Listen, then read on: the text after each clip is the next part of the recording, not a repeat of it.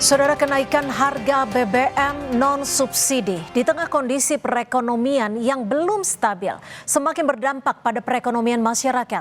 Pemerintah diminta untuk mendengar masukan berbagai pihak dan menjelaskannya kepada masyarakat yang semakin terbebani akibat kenaikan BBM. Kenaikan harga BBM non-subsidi jenis Pertamax dan Pertamax Green memicu gelombang unjuk rasa di sejumlah daerah. Masa mendesak pemerintah menurunkan harga kebutuhan pokok dan BBM serta menuntut perbaikan ekonomi. Mereka juga menyoroti pelemahan nilai tukar rupiah dan menilai sejumlah kebijakan pemerintah justru menjadi penyebab ekonomi Indonesia bermasalah, terutama soal makan bergizi gratis. Kenaikan harga Pertamax dari Rp12.300 menjadi Rp16.250 pada 10 Juni lalu mengejutkan masyarakat. Antrian panjang terjadi di hampir seluruh SPBU. Warga ramai-ramai beralih menggunakan BBM subsidi jenis Pertalite. Banyaknya masyarakat yang beralih ke Pertalite membuat sejumlah SPBU di Jakarta kehabisan stok BBM. Oh, tapi nggak ada orang sama sekali? Nggak ada. Oke, aktivitasnya ada nggak, Bang? Kenapa? Aktivitas di SPBU-nya ada nggak? Nggak ada orang. Nggak ada orang. Oh, nggak ada orang. Nggak ada orang. BBM-nya kosong atau gimana, Bang? Kurang tahu, kalau tulisnya dalam perjalanan. Ada tulisannya? Ada dalam perjalanan. Direktur Utama PT Pertamina menegaskan keputusan menaikkan harga harus dilakukan karena mengacu pada mekanisme pasar. Menurutnya, perubahan harga saat ini masih mempertimbangkan daya beli masyarakat.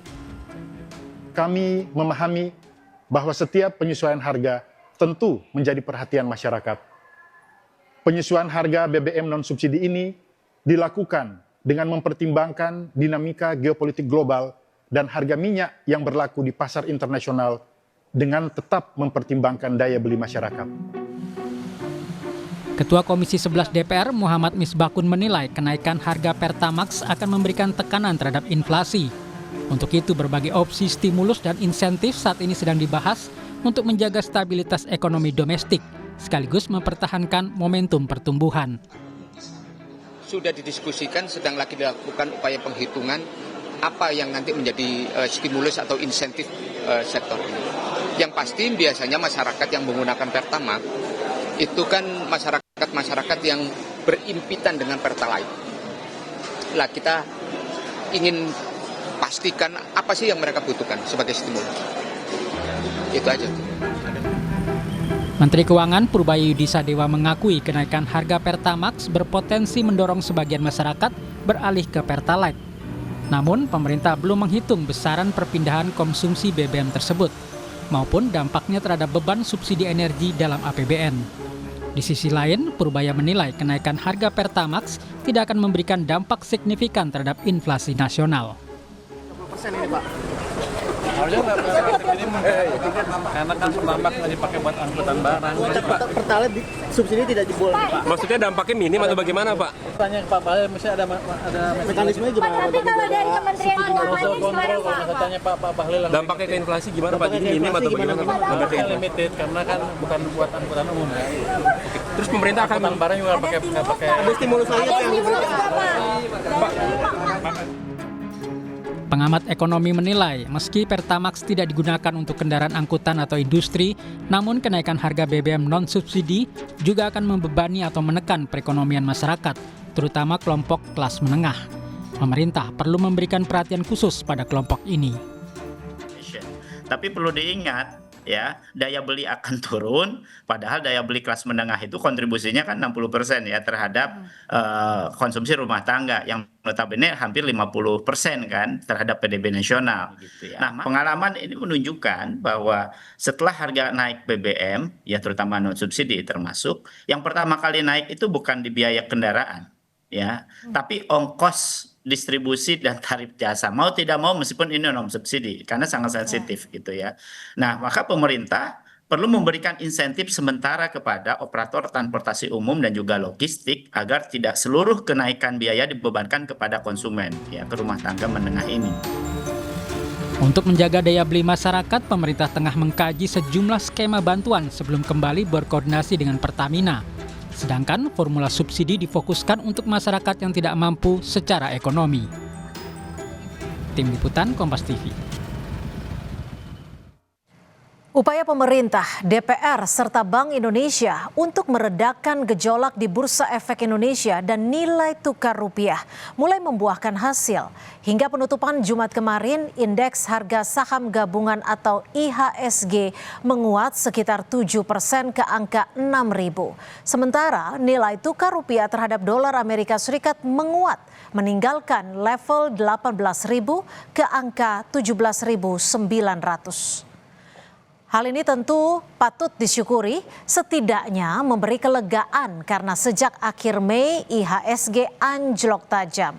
Sementara nilai rupiah melemah hari demi hari tanpa daya. Kementerian Keuangan sebagai penanggung jawab fiskal dan Bank Indonesia sebagai pengendali moneter sepakat untuk terus meningkatkan koordinasi, menjaga nilai tukar rupiah dan angka pertumbuhan ekonomi. Artinya, pemerintah, Bank Indonesia maupun DPR mau mendengar masukan dari banyak pihak.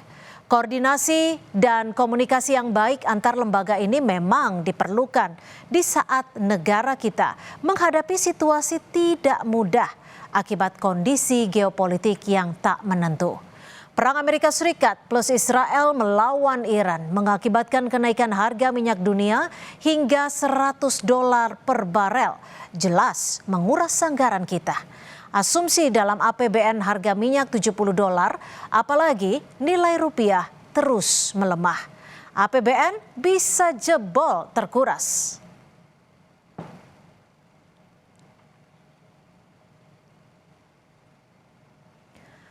Karena itu, kebijakan menaikkan harga bahan bakar minyak non-subsidi seperti Pertamax adalah salah satu cara menstabilkan fiskal agar cadangan devisa tidak terus tergerus.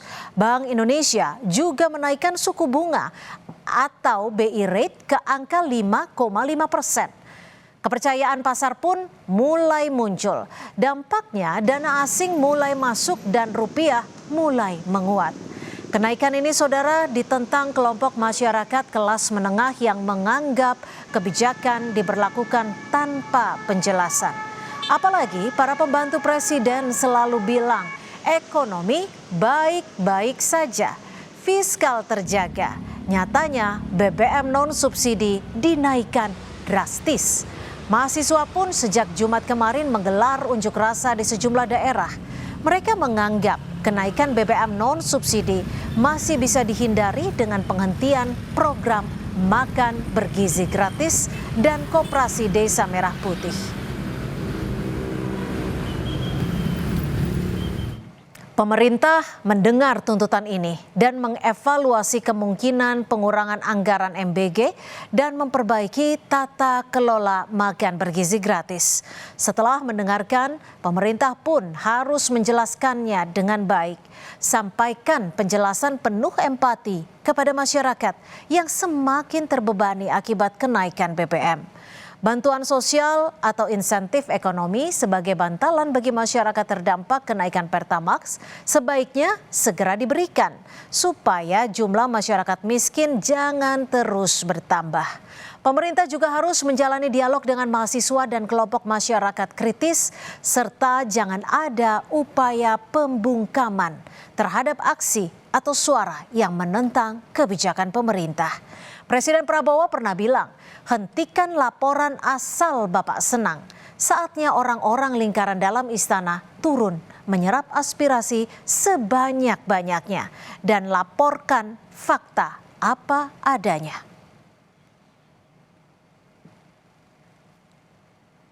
Saatnya pemerintah bersikap rendah hati, mau mendengar dan berhenti memberi janji-janji setinggi langit kepada masyarakat. Demikian catatan Kompas TV hari ini. Kita jumpa lagi pekan depan.